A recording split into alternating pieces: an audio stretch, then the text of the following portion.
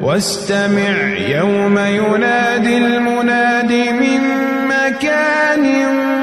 قريب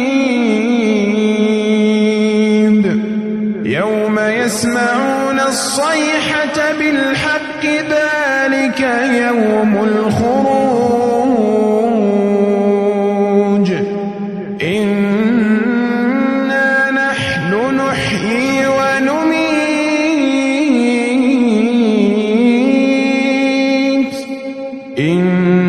إنا نحن نحيي ونميت وإلينا المصير يوم تشقق الأرض عنهم سراعا ذلك حشر علينا يسير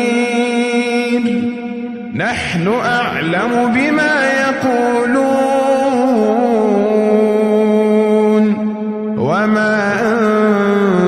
أنت عليهم بجبار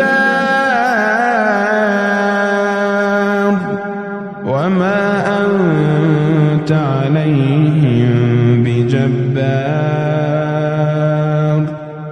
فذكر بالقرآن من